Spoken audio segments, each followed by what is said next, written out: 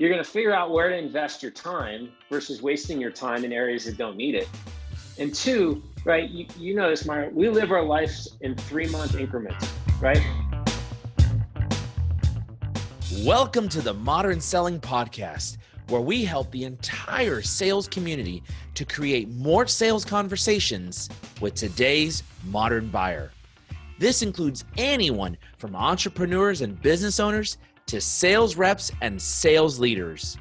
Each episode, you will hear from sales leaders, practitioners, and influencers to help you find, engage, connect, and nurture your relationships with your buyers. I'm Mario Martinez Jr., your host, and you're now listening to the Modern Selling Podcast. This podcast is brought to you by Postal.io, a sales and marketing engagement platform that generates leads, increases sales, and improves customer retention. Learn how you can integrate direct mail and gifting into your existing sales strategy by visiting Postal.io.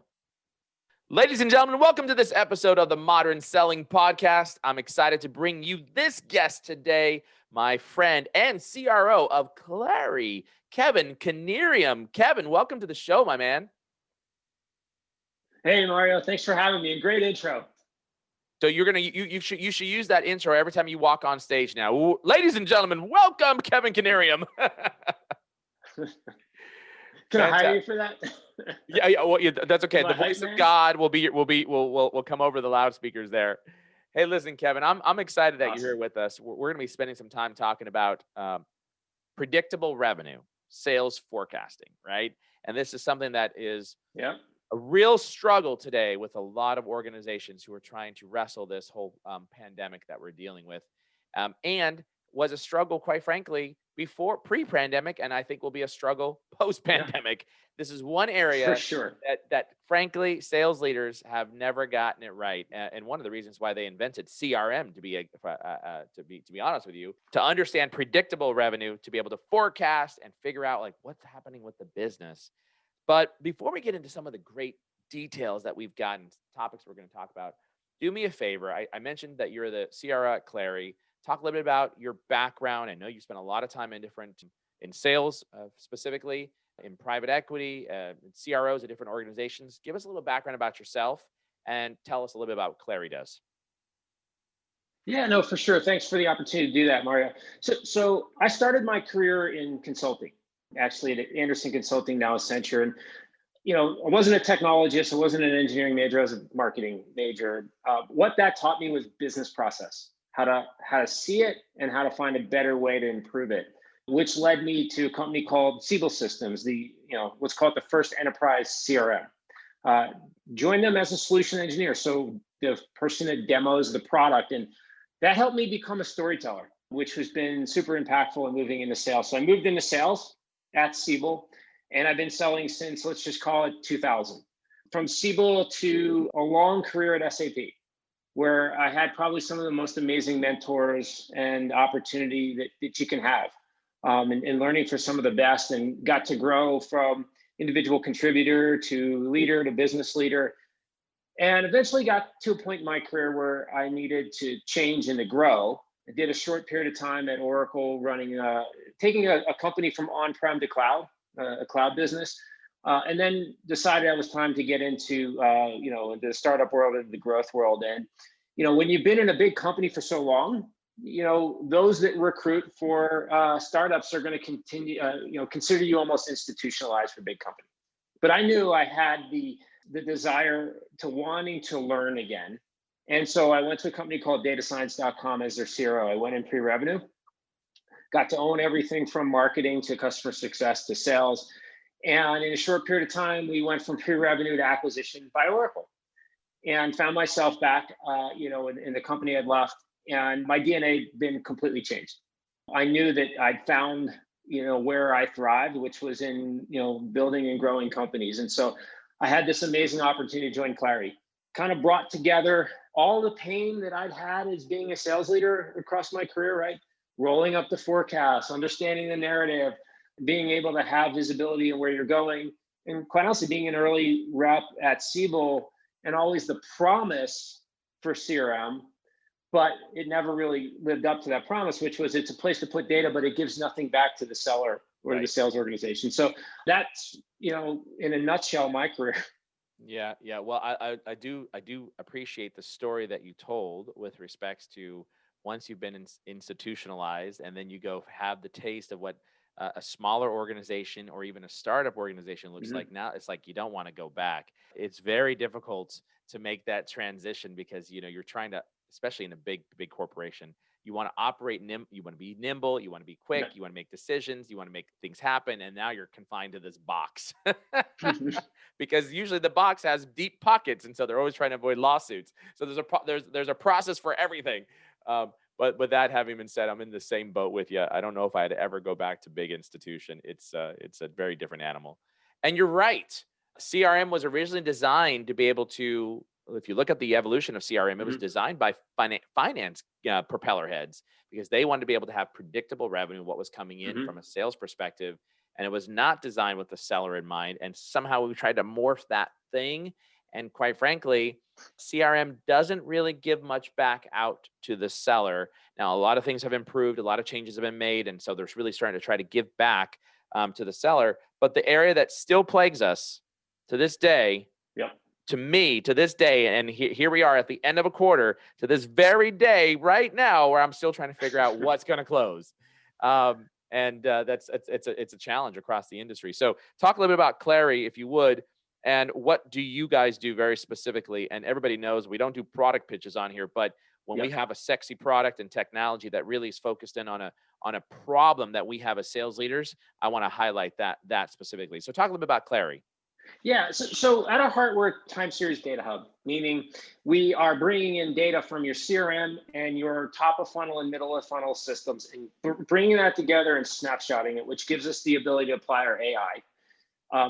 And we've built solutions on top of this, which essentially think of our sales solutions, right? Where the rep runs their business and has true clarity into where they are in any given opportunity. For the manager who's trying to run a portfolio and manage their reps and go from what has essentially been interrogation to coaching. And for that sales leader to have clear visibility into their business. How healthy are my opportunities? Where do I have risk? Where can I double down? Where can I optimize? And for the extended team in that revenue journey, giving them all common visibility into where we're going. So think about it, what's changed, right? Well, SaaS really changed, especially for tech, the continuous customer journey. So companies are buying and making decisions without ever engaging a rep, right? So we're nurturing at top of funnel. We're engaging with content. We're doing podcasts. We're then working with our inside sellers to engage customers to the point where we actually want to get a sales rep involved in a process. There's a ton of data happening, right? Most of the time, we don't collect any of those touch points and then give that rep visibility to where we are. When a rep now is running an opportunity, right, they're engaging with multiple personas in that account, as well as the rest of the team. Then when they become a customer, right, you have to resell them at every turn, right? So this continuous customer journey has really changed, I think, the enterprise sale, and that we need all of this data and these data points to understand reality, to understand health, to understand activity. Are we investing in the right places? Are we engaging with the right folks? Are we not engaged at the right places and being able to spot that risk? So we're bringing that entire revenue conversation together and applying AI to help human make better decisions. Well, and that really goes on the lines of predictable revenue, right? So as a CEO of our company and as a CRO of your company, that's really the name of the game, is how can we forecast revenue and ensure that we stick to that forecast. Yep. And actually deliver to the business what it is that we need to deliver. And it's interesting because I have this conversation with across all departments, and even within Vengreso, our customer success team has a component of their compensation, 20% of it. 40% of that 20% is measured based upon if sales. Maybe repeat that. 40% of that 20% is received if sales hits their target. Marketing, 40% of their 30% total targeted compensation. Bleh, let me try that again. Total targeted compensation is structured based upon if sales hits their number. So now we've got different departments that are now aligning to the sales organization to deliver on a number, and yet everybody's asking, well, what is sales going to deliver? And month over month, quarter over quarter, it has never failed us, Kevin, that we miss the number or we understate the number, we shoot over, we shoot under. I mean, something. It has never changed in my entire sales leadership career, and I think that's a big challenge, especially today. And maybe you can touch a little bit about how critical is it that we have accuracy in our sales forecasting back to the business. Like, what is the impact if we don't? Yeah, I mean, even more important today than ever, right, in COVID, because everything has gotten harder. I would argue that the single most important number to any company is their ability to forecast. Why? Because the forecast is a direct input into the operating plan of the company, right? And because it's a direct input into the operating plan of the company, if you have visibility into an overachieve, you're going to make different investments early to accelerate the business. If you have visibility into an underachieve, maybe you're going to forego some other investments, and you're probably going to figure out how to close that gap so that you can make the number. So having that visibility, both in quarter and rolling 4 quarters into the business, allows you to make better decisions at the operating plan level of the company. And it also allows us, so 100%, it allows us also to be able to really understand how we can have future plans, right? Without the dollars and without being able to predict, that's the age-old problem that we have is, should I hire? Should I not? Do I have the budget? Is it the right time? Are we going to hit our numbers?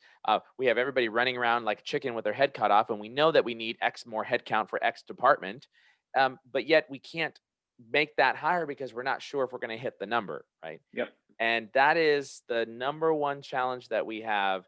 And oftentimes, quite frankly, tell me what you think, but missing forecasts, either especially underperforming, is one of the reasons why the tenure of a sales leader sits between 18 and 22 months at an organization. That most organizations say, I had enough. You're not doing a good enough job. Yeah, I mean, it's the reality, right? To your point, the average tenure of a CRO or head of sales is 18 months. And that ability to be consistent on the forecast is so important, right? Because when you're in that board meeting and those, let's call them what they are, the owners of the company are asking you what you're going to do, if you can, give them a really good view on where you're going to finish, the other part of that board meeting is essentially, okay, what are we doing as a company? What are we investing in? Where are we going? They now have guidance that they can make very specific decisions in that board meeting. So the forecast really does impact the ability of the company to, okay, here's our roadmap. We can accelerate parts of the roadmap. Or, oh my God, we're gonna have it tough for a couple quarters. Maybe we need to deprioritize this one area, or we don't hire over here. So that forecast is really important, at the executive level, at the board level, and being able to make corporate-wide decisions. And if you can't do that quarter over quarter, there's no trust and no reliability. Now, this is interesting. We're fortunate to work with a lot of PE and venture capital-backed companies.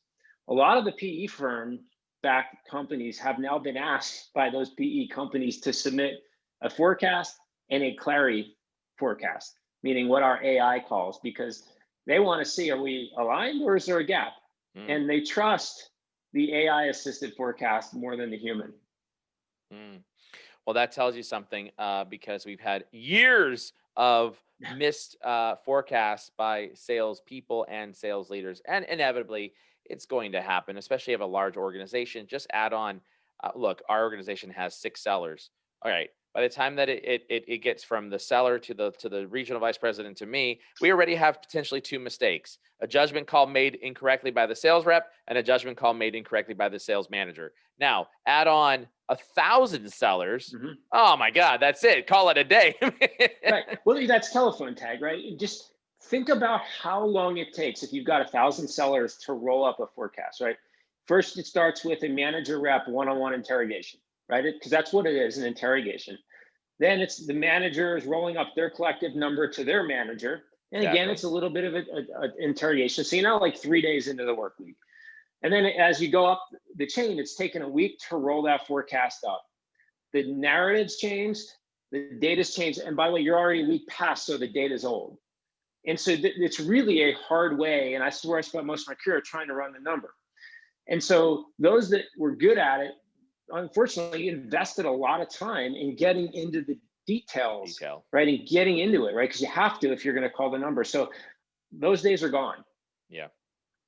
Well, and if I think about this age-old problem that we've had, the whole challenge behind sales forecasting has been recognizing the risk and then figuring out how to act on opportunity in real time. And a great example of that is there was a small business deal that we were working on, and it happened to be that our chief business officer and one of our co-founders, Kurt Shaver, saw that we were engaged with a particular account. And he sent an email out to the rep saying, hey, I'm actually connected to the CEO. You've got a live opportunity in the sales pipeline. You haven't used me in this way to be able to help this close, and you're forecasting that it's going to close at the end of this month. Well, wait a minute. We have an existing established relationship. And oh, by the way, you haven't received a call back in the last 2 weeks, right? So as you look at that, those are the things that, unfortunately, CRM doesn't serve up to you, that information and that data. And I'm not saying that Clari does, but what I am saying is that understanding that we haven't received a call back in the next 2 weeks, but I have something forecasted for the end of this month. Well, we're basically a few days away from the end of the month. Hello. That's going to tell you that deal is probably not going to close. And unfortunately, with as many deals that I have in the pipeline, there's no way that I can go individual deal by deal to figure those things out. And I'm relying on the rep to make sure that the rep did the right thing. The reality is the rep may not even know that they didn't do the right thing. And that's really the challenge that we have from a sales forecasting and the ability to have, quite frankly, predictable revenue. Yeah, it's interesting if you think about the seller. Historically, the seller and the managers, it's been all about the art of selling. And every seller is different, right? There's those that have happy years and always think they're going to get a deal done. There's those that are the lone wolf and don't share any data and then just bring something in. And then there's those in the middle of that equation. And then you think about managers, right? There's managers that are sandbaggers and there's managers that are over promisers, and everybody in between. And it's really the only major business function that doesn't have a consistent process and a consistent way of analyzing that process, and probably the last to start to think about machine-assisted decision-making. So imagine if you can bring all this data together and allow every rep to have a common view of the reality of their opportunity. To your point, where are they? Are they engaged? Is the customer actually engaging back with them? Is the customer responding to emails? Is the customer opening their documents? Is that document getting forwarded to procurement? Have they looked at it 15 times? All that is signal on where you're going, versus the manager having to interrogate that out of the rep to really understand where they are in the deal. Now the manager and rep are actually looking at the same opportunity through the same lens, and they're coaching each other. Like, okay, here's where we are, good or bad, we know where we are. Let's figure out how to change the narrative. Or this might be an opportunity that's not worth investing in. And so as you get to scale and you have lots of reps and managers, how can you really run a business through interrogation and telephone tag? But imagine now that you have all the data together, right? And your reps are evaluating their business through a common lens, right? Because we're applying the machine that says, here's what a healthy opportunity looks like as it goes through the funnel. And if we have 2 years worth of history, we can make predictions on what a good opportunity is and what a bad opportunity is. We can also bring the activity into that conversation and see how engaged is that customer with you and how engaged are you with them. And so all of a sudden, this seller's got better data. And those sellers that have evolved to be open to being transparent, right? They're being recorded with things like Gong and Chorus AI. They're on Zoom video calls. They're leveraging things like Clari and others. All this data is now getting collected. The sellers that have evolved are the ones that have gotten really, really good at now using this data at their advantage, Right. to figure out where they are. And the same goes for the managers who now have a very different relationship with their rep, coach, right, versus boss. Now imagine being at the head of sales and having all this real-time visibility in where your business is. One, you're going to lead differently, right? You're going to figure out where to invest your time versus wasting your time in areas that don't need it. And two, right, you know this, Myra, we live our lives in 3-month increments, right? You get your Especially number. now. You got to, especially now. Imagine always knowing where you are in that course of those 3 months. It changes your personal life. It changes how you live, and it helps you figure out where to invest. I'll give you an example. A little over a year ago, this is my third quarter at Clari. I saw early in the product, literally coming out of QBRs, that the data was telling me we were going to have a big overachieve. And so what are the inputs into the forecast? At least from my perspective, it's human, right? What the humans are rolling up. There's what the machine is also assisting me in, which is the data that the machine's giving me, the AI. And then there's my own gut and spidey sense. I bring all those together. And at that point, if my gut and the data and the AI all agree, wow, I can see an overachieve early, I'm going to go run to my CEO and say, hey, we should probably go make some investments. We actually raised our Series D on that information. Wow. Vice versa, if there's a gap between my gut, the data, and the AI, I've got time now to go investigate why there's a gap in that forecast. And I can drill in to the opportunities and I can spend time. So being able to triangulate on the forecast without just relying on gut or interrogation, but data, machine, it changes the way you lead and how you run a business. Yeah. Well, everything I heard you say, if I could kind of sum this up in terms of like some of the things that's the business is demanding of sales leaders when it comes to predictable revenue and sales or sales forecasting, and what sales leaders are in need of in terms of helping them really surrounds. I'm going to call it, I hope this is okay, I'm going to call it the VPP, the VPP with the V, a P, and a P. Let me tell you what that means. This is what I got from you. Visibility, productivity, predictability. I might steal that from you. All right. There you go. But you're right, yeah.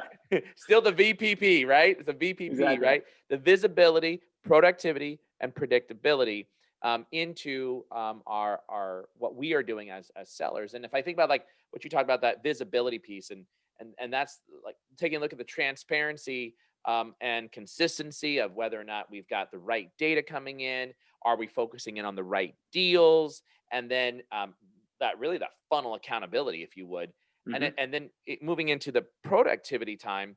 My gosh, it takes me like a half an hour per rep just to go through and look at, all right, what do you got inside there? Is it right? Is it in the right phase, right? And then you look at it like, why do we have all these phases inside here? How come we can't just cut this down and make it easier, right? So then you start cutting phases inside of the sales process.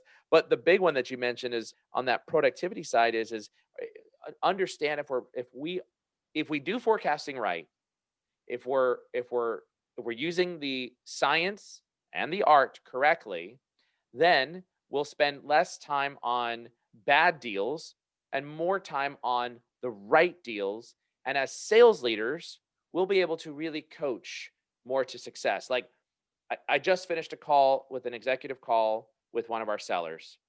We finished the call, we stayed in the room, had a conversation, and we said, do we have a deal? We both agreed.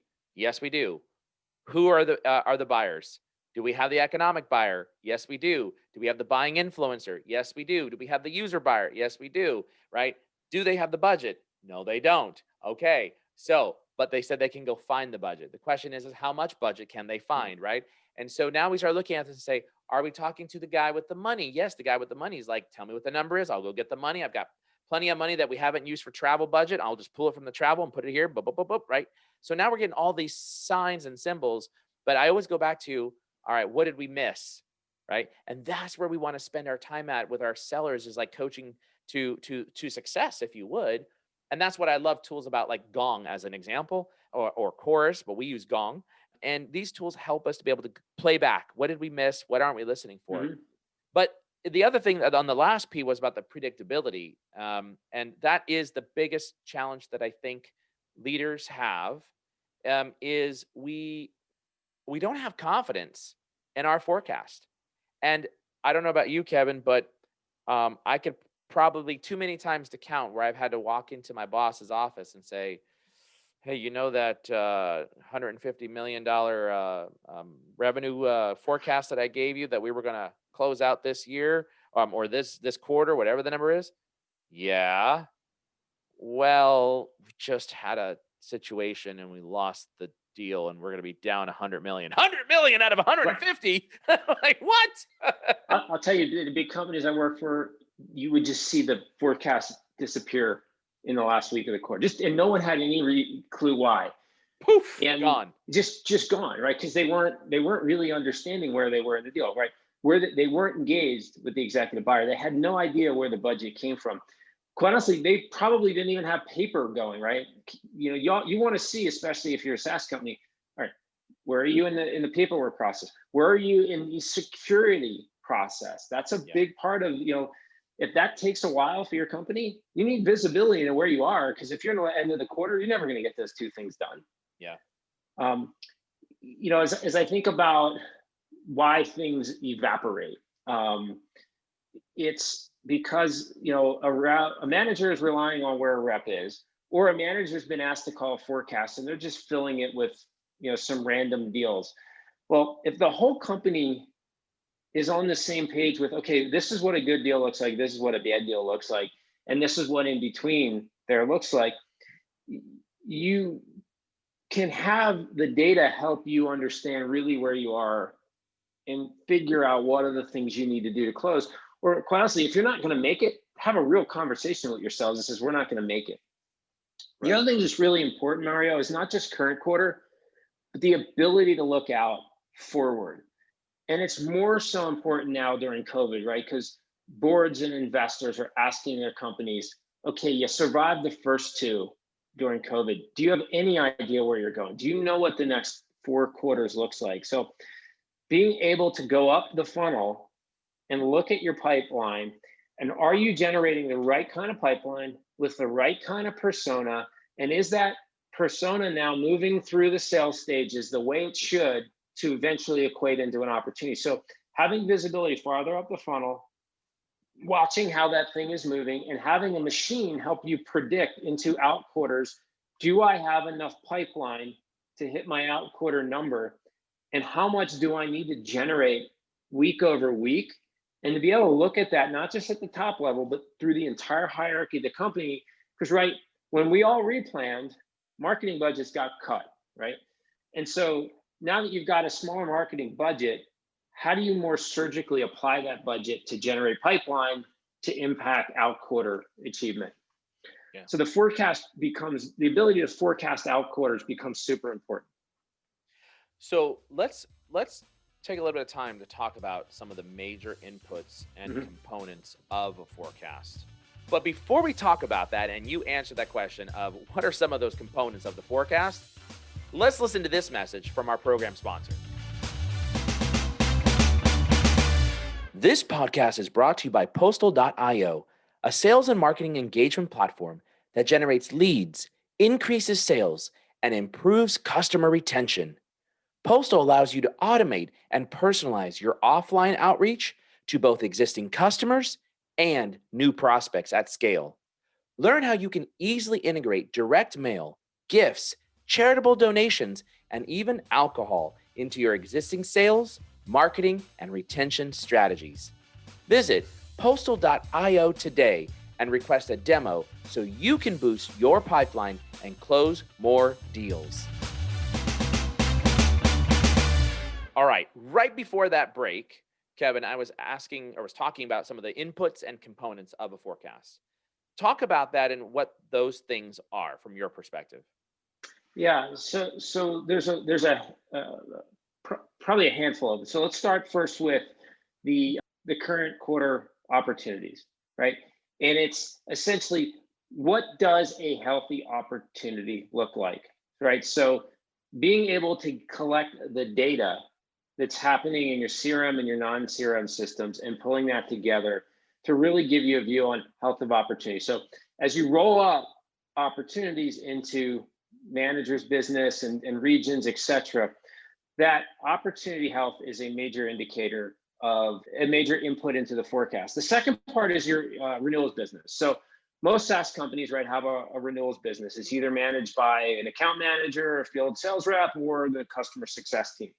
You need to be able to do the same thing on your renewals business, especially during COVID, right? So is this a customer that's healthy? One, so healthy customer is a good signal. Is this a customer that's in an industry that's impacted by COVID? Or are they experiencing a tailwind like Zoom? So being able to categorize both your install base and your net new and understanding what is the impact of the industry on them, I'd say is another major input into a healthy forecast. Activity across the board, right? As you think about it, we're now hiring and ramping sales reps that we've never actually met, right? Are they building pipeline for their territory, right? In support and in conjunction with the SDR team and the marketing team. Are they building the pipeline they need to be able to hit their forecast, right? So some companies create opportunities and close them within a quarter. Others might have a longer sales cycle. So that activity is a major input in the ability to hit forecasts, both forecasts for current quarter and out quarters. So I think the data at the end of the day is a major input. The macro economy and being able to understand and categorize that, especially during COVID, is a major input into the forecast. The health of your install base is a major input in the ability to hit the forecast. And so when you bring all of that data together, you've now got a number that's going to help you with forecast. But I think beyond forecast, right, we talk about predictable revenue. And so forecast is going to help you in current quarter and out quarter, but how do you really get an idea for where you're going? And so there's all these other inputs into predictable revenue as well. Gotcha. So the importance, though, of getting this right. I'm sorry. Let me rephrase that. Yeah. The importance of understanding these inputs, these different segments that you just mentioned, leads to what, and why should I care about it as a sales leader? Yes. So if you don't know where your install base is, right? If they're healthy, if they're in an industry that's thriving or one that's impacting, and you're just waiting till the very end to try and renew, that customer may come back to you and say, hey, we just cut 20% of our sales force. I've got to reduce the amount of money I'm spending with you. Or, hey, our business is impacted. We're going to ask you for a reduction. Wouldn't you love to know that earlier in the sales cycle and have a very different conversation with that customer? Maybe, yeah, you can help that customer through this challenging time. It might not just be a cut. Maybe it's, you're going to change payment terms, or maybe you're going to give them a different business model to allow them to optimize the way they use your solution until they're in a healthy spot. Vice versa, if they're a customer that's totally thriving and exploding, the business model you have with them today might not make sense. Maybe they need something that's easier to consume and, by the way, is going to give you both more money. So being able to look at the health of the renewals business and be able to look at that early and get ahead of it will give you a better prediction on hitting your net retention numbers. And then as you start to look at your current quarter and out quarter net new opportunities, knowing where they are they moving through the funnel the way they should? Are they engaged with us? And are we engaging with them? And do we have alignment and line of sight to get something done? So I think that data and being able to bring that data as an input into the forecast allows you to have a much more predictable forecast. Yeah. And you guys actually, one of the reasons why we made this conversation happen was I had actually seen some information from Clari on the impact of missing your forecast. And it is a problem right now that I'm talking to many leaders right now, especially in a pandemic. I mean, it's really difficult. One day the customer says they have budget, and literally it could be the very next day that the budget is cut. Good. And I personally, as CEO of our company, have done that. One day I am making an announcement, and this was during COVID, and a week later I'm cutting individuals in the organization. And I had to make those tough choices because we were sitting on hundreds of thousands of dollars of open AR as a small business, and the companies weren't paying us. So it was like, well, and who would have known? COVID came, global pandemic, everybody decided they weren't going to pay the vendors and they were going to hold the money back, right? And to make sure that they were okay. So that was definitely problematic, and it's very difficult in this time. But one of the infographics I loved about from Clari was really talking about when you were under forecast. There were hard costs and soft costs, and it highlighted something that I never even thought about being over forecast, and some of the problems about being over forecast. But I'll throw a couple of them out there that are obvious on the under the forecast. Some of the hard costs are, your decreased value could be a drop in stock price. You could have a cash impact, layoffs, missed delayed fundraising, especially if you're going to get funding. And on the soft cost side, especially if you're a leader, investor confidence, executive team credibility, negative brand impact, employee morale and productivity. If they're seeing that this isn't happening, you missed the forecast, people are like, well, what does this mean to me, right? And so a lot of folks start to get worried. On the overside was the really more surprising side of things for me, because I as a leader, I've thought about this and I definitely have delivered over, but I really never thought through like what the impact is. But missed opportunity to accelerate the operating plan, which is what you talked about. I thought that was really interesting. And we had some of the soft costs inside there was on being over. Again, credibility with the board, investor confidence. You don't know your business because you're not able to use art or science or both to be able to predict your revenue and understand that. So I thought that infographic was really interesting. And if you don't mind, I'd love to be able to include that as a link to all of our guests on the show notes. But if you're looking for it, take a look for the infographic. It's called The Impact of Missing Your Forecast. And that was an infographic from Clari off of Clari's resources page. And we'll put that inside the show notes. But I love that because it really something that I pulled down and said, my salespeople have got to see this, especially because we call our sales folks the kings, right? They're sales kings. Everything about our company is focused on sales. We live, breathe, and die to serve sales. That's my perspective. We're a sales first culture. Well, customer first culture, but behind that is salespeople. And every time I talk with the sales team, it's like, hey guys, if we miss our number, you directly impact so-and-so and so-and-so and such. You don't pay for their children's food, schooling, whatever it might be, right? The downstream effect. And you can really tie that impact in when you're a smaller company, because nothing happens until someone sells something, right? Nothing happens until someone sells something. And we have a direct impact to individuals. And I never, going from a big institutional, you were Oracle, I was a Fortune 100 company as well, never thought about, hey, if I miss my quota, what's the impact? Because there was a lot of sellers. We had only cared about myself, right? Yeah, exactly. We had over 4,500 sellers in the organization. So if I miss my number, who cares, right? Yeah. But the smaller you are, the more of an impact that you have of missing your number on that. So I just thought, when you were talking about that specific question of all the different inputs and components, why is it important to understand those inputs? Well, I just gave a few of them. Anything you want to add to anything I said? Yeah, no, I'd agree with you, right? Especially, you're in an earlier stage company, everything counts, right? You can't have, less than 20% of your sales organization hitting the number, which is kind of typical in some much bigger companies, right? Where they over-assign down at the street level. Everybody needs to perform. Everybody needs to hit their number. And more importantly, right, as you think about your growth, right? I'm going to grow next year and I'm going to grow the following year, and you're building your plan for the next year that includes adding capacity, adding sales rep capacity. Do you actually know where to put that capacity, right? Many companies build their sales teams around cities that have an NFL team.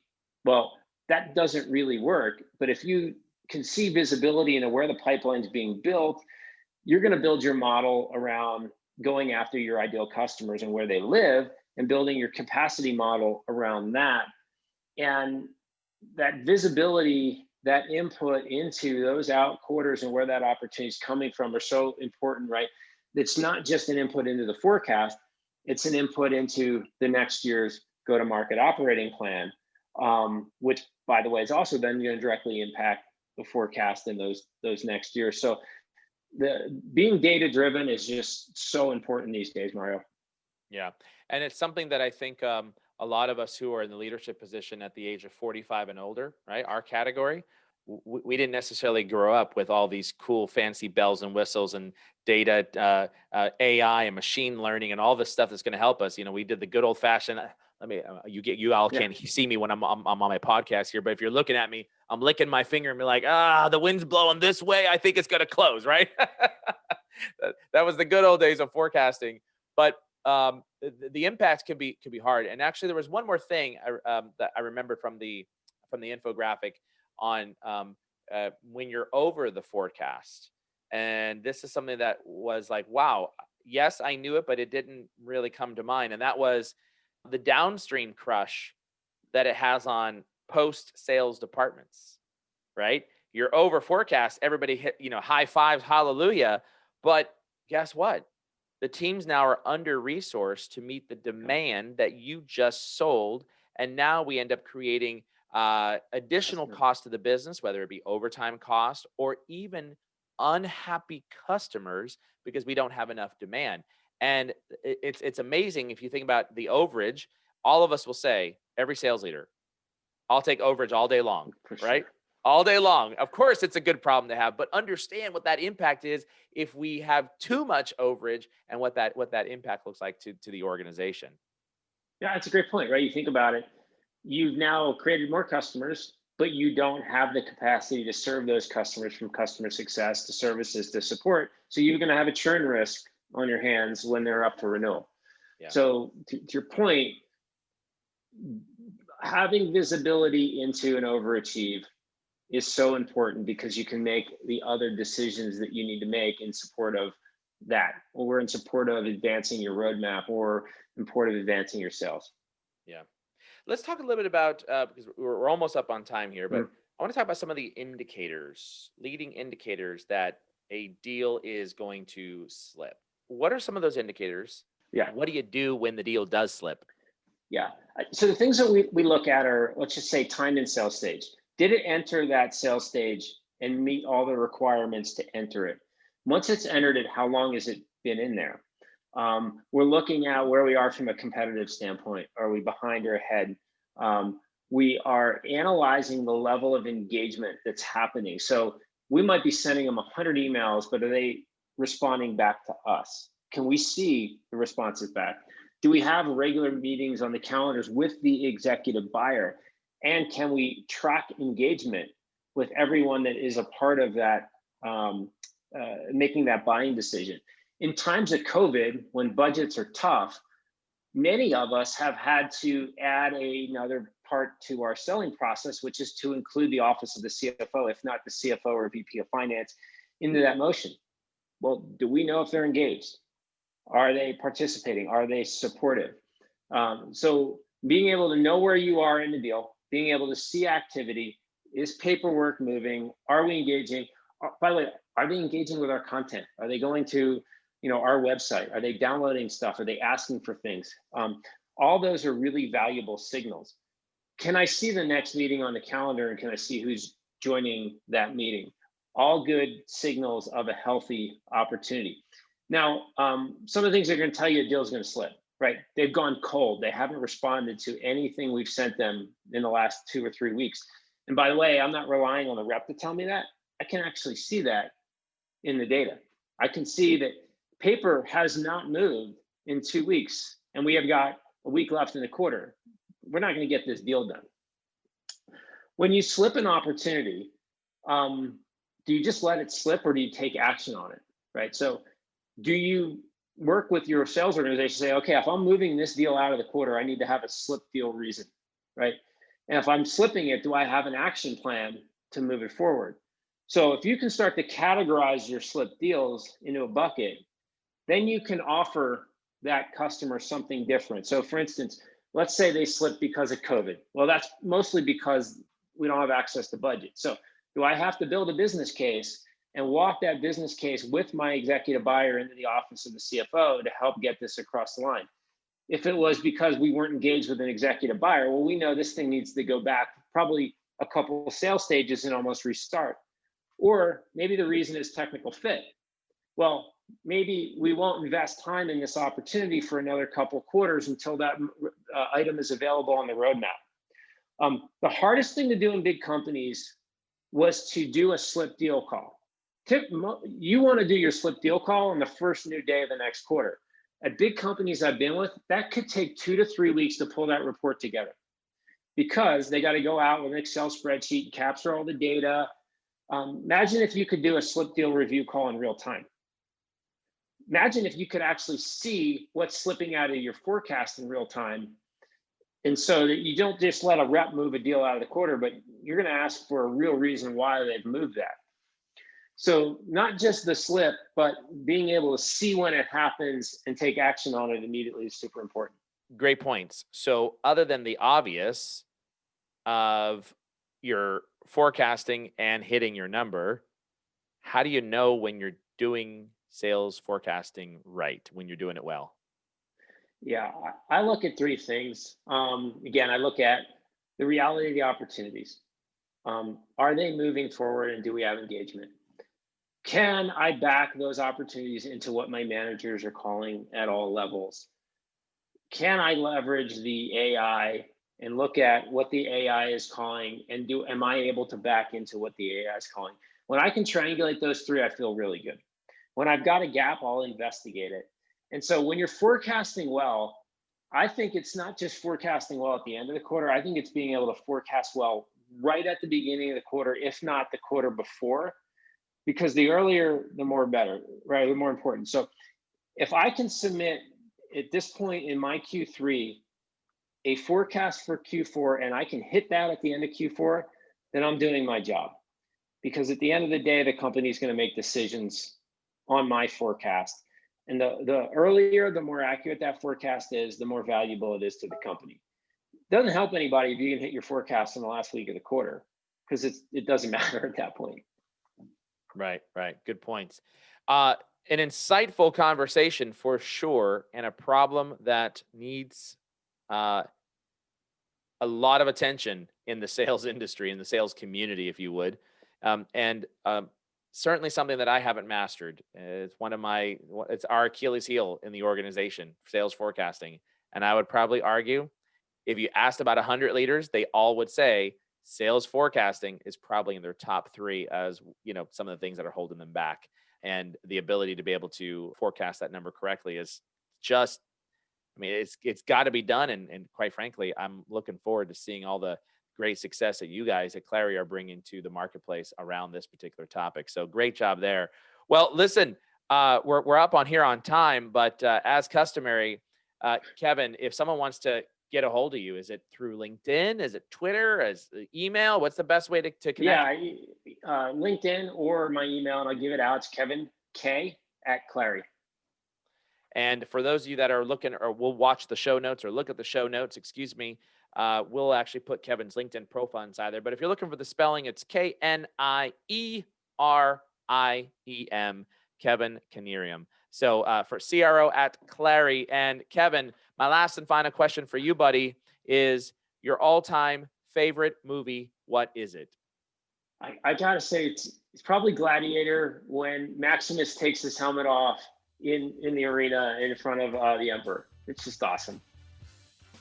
Gladiator it is. So there you have it, ladies and gentlemen, from Kevin at Clari. Thank you so much for joining us. And don't turn that dial. We've got this very important message from our program sponsor. Don't forget to visit postal.io to learn how you can integrate direct mail and gifting into your existing strategy. Postal.io is a sales and marketing engagement platform that generates leads, increases sales, and improves customer retention. Thanks for listening to the Modern Selling Podcast. Please do me a huge favor and give the Modern Selling Podcast a rating and review on iTunes. I would appreciate it.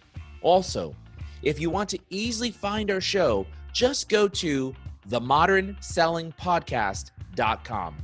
Hey, since you'll be on our site, be sure to check out our Modern Marketing Engine podcast hosted by my co-founder and CMO, Bernie Borges. Thanks for listening in, and until the next episode, good selling.